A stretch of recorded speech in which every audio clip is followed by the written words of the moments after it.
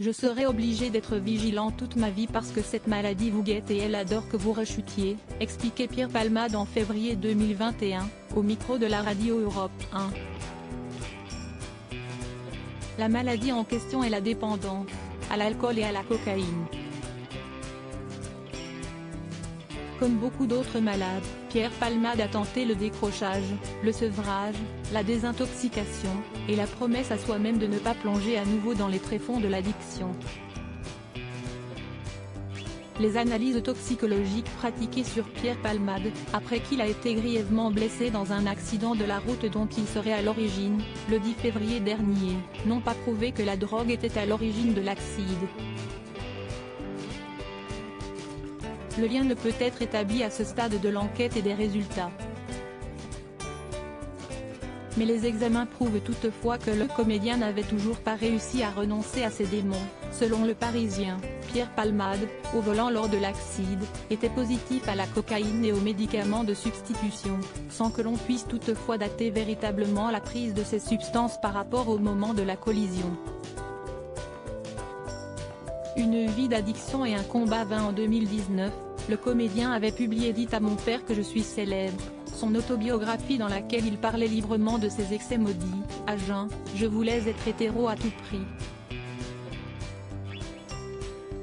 Avec l'alcool et la drogue, j'ai eu la liberté d'être homo, je ne me jugeais plus, m'éclatais, écrivait-il.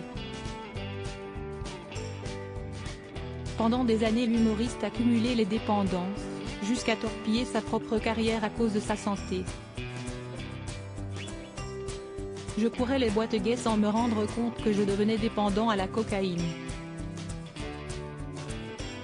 J'ai cru que c'était un médicament, alors que c'était un poison.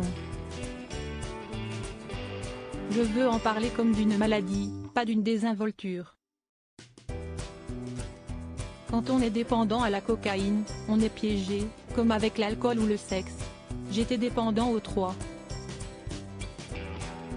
L'année de la sortie de son livre, l'ex-mari de Véronique Sanson avait été condamné à 1 500 € pour usage et acquisition de stupéfiants, et il y a quelques jours, il avait été victime d'une tentative de chantage et d'extorsion de fonds autour d'une vidéo intime.